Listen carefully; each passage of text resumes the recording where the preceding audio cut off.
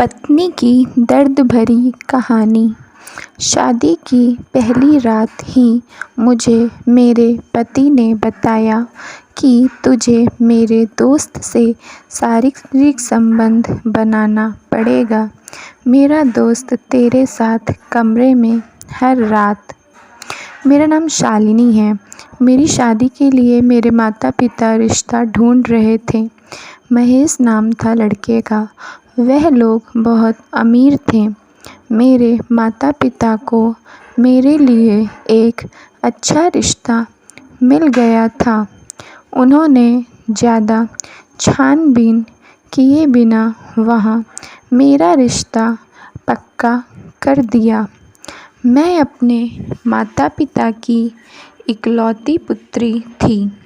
वह लोग मुझे बहुत प्यार करते थे, लेकिन क्या पता था शादी के बाद मेरी ज़िंदगी ऐसे बदल जाएगी।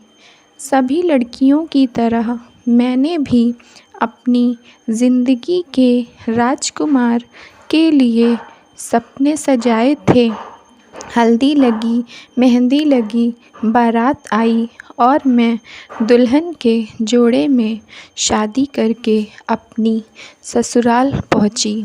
मेरी शादी बहुत धूमधाम से हुई थी, क्योंकि मेरे पति भी अपने माता पिता के इकलौते पुत्र हैं। मैं बहुत खुश थी। मैं अपनी ज़िंदगी का नया अध्याय शुरू करने जा रही थी। मेरे पति दिखने में काफ़ी खूबसूरत थे। लंबी कदकाठी के गोरे रंग के थे। जब से मैंने उन्हें देखा था, उनके ही ख्यालों में खोई रहती थी। खूबसूरती में मैं भी किसी से कम नहीं थी। सब हमारी जोड़ी को बहुत अच्छा बोल रहे थे। सब कह रहे थे, बिल्कुल राम सीता की जोड़ी लग रही है। मैं अपने पति को पाकर बहुत खुश थी, लेकिन मुझे नहीं पता था कि मेरी खुशियाँ मेरी बदनसीबी में बदलने वाली है। जब मैं ससुराल पहुंची, ससुराल में मेरा बहुत स्वागत सत्कार हुआ। सब लोग मेरी प्रशंसा कर रहे थे। अब रात होने वाली थी। मुझे दुल्हन की सेज पर बैठा दिया गया था। मैं सेज पर बैठी अपने पति का इंतज़ार करते हुए सपने सजा रही थी।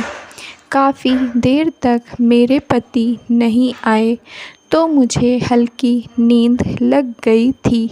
मैं सो रही थी तो मुझे एहसास हुआ कि मुझे कोई छू रहा है। मुझे लगा मेरे पति होंगे। अपनी आँखें खोली तो मैं चीख पड़ी, क्योंकि मेरे ऊपर मेरे पति नहीं, कोई दूसरा मर्द था।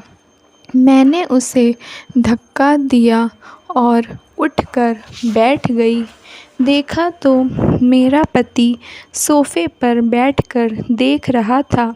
मैं दौड़कर अपने पति के पास गई और रोने लगी। यह क्या हो रहा है? रिलैक्स बेबी, आज से मैं जो कहूँगा तुम वही करोगी, क्योंकि तुम मेरी पत्नी हो और पत्नी का पहला कर्तव्य होता है कि अपने पति की आज्ञा का पालन करना। मैंने कहा, मैं कुछ समझी नहीं। मैं तुम्हें अंधेरे में नहीं रखना चाहता पूजा। सिर्फ मेरा एक छोटा सा काम कर दिया करना।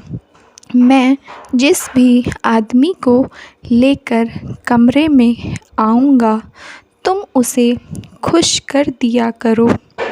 मैं बोली, आप भूल रहे हैं, आप किससे बात कर रहे हैं? महेश बोला, मुझे सब मालूम है। मैं अपनी पत्नी से बात कर रहा हूँ।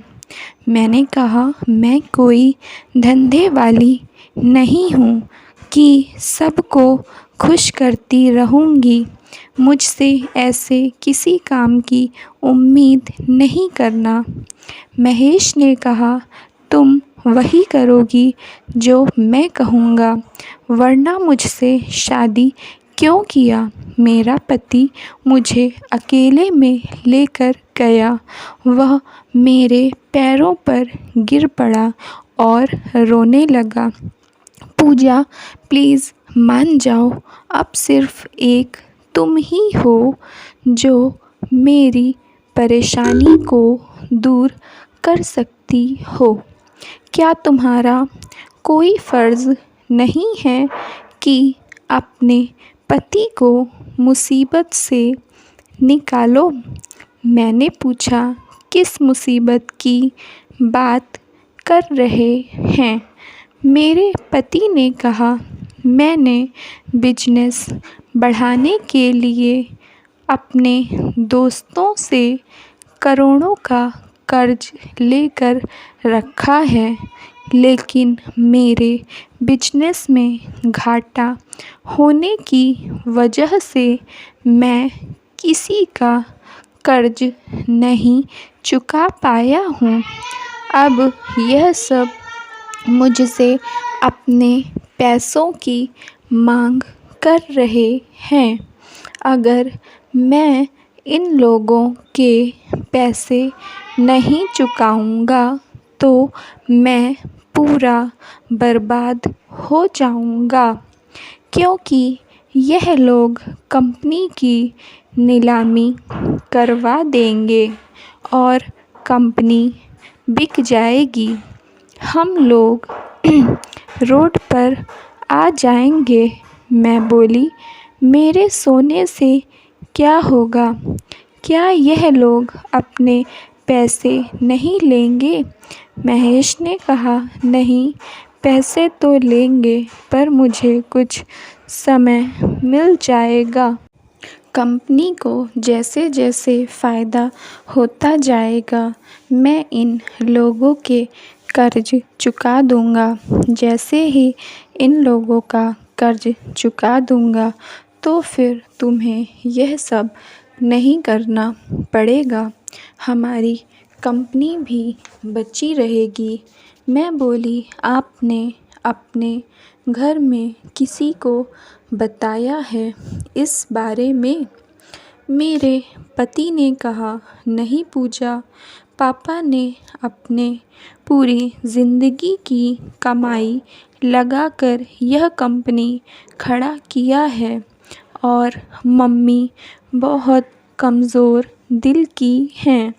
वह लोग ये सब बर्दाश्त नहीं कर पाएंगे, इसलिए उन्हें कुछ नहीं बताया। और प्लीज़ तुम भी उन लोगों को कुछ मत बताना, लेकिन मैं आपकी पत्नी हूँ। आपने अभी तक मुझे छुआ भी नहीं है और इन लोगों के साथ मैं कैसे कर सकती हूँ? क्या कोई और रास्ता नहीं है? मुझसे यह नहीं होगा। मेरे पति ने मुझे कसम दिया, अगर तुम नहीं करोगी तो मेरा मरा मुँह देखोगी। वैसे भी सबको मरता हुआ मैं देख नहीं सकता। इससे अच्छा है मैं ही मर जाऊंगा। कोई भी औरत अपना सिंदूर नहीं मिटाना चाहती है, इसलिए मैंने सबकी खुशी के लिए यह दर्द स्वीकार कर लिया। मैंने कहा, ठीक है, आप जैसा कहेंगे मैं करने के लिए तैयार हूँ। इस तरह मेरे पति रोज़ नए नए मर्दों को लाकर मेरे कमरे में सुलाने लगे। मेरे सास ससुर माता पिता सब इन बातों से अनजान थे कि हमारी पूजा एक वेश्या बन चुकी है। इस आस में कि मेरे पति इन लोगों का एक न एक दिन कर्ज चुका ही देंगे, मैं रोज़ दूसरे के लिए बिस्तर रंगीन करती रही। 2 साल हो गया था। हर रात वही सिलसिला चलता था। मैं अपने पति के प्यार के लिए तरसती रहती थी। आज तक मेरे पति ने मुझे छुआ नहीं था। वह अक्सर यही बोलते थे, आराम कर लो, थक जाती होगी। धीरे धीरे कंपनी में मुनाफा होने लग गया था। मेरे पति ने कर्ज वापस करना शुरू कर दिया था, लेकिन फिर भी दरिंदों की संख्या नहीं कम हुई। वह मेरे पति को धमकी देने लगे थे, ब्लैकमेल करने लगे थे। अगर मैं उसके साथ नहीं सोया तो उसे बदनाम कर दूँगा। अब मेरी ज़िंदगी यूं ही चल रही थी। मैंने अपने सास ससुर, पति और कंपनी को तो बचा लिया था, लेकिन अपनी इज्जत गंवा दिया था।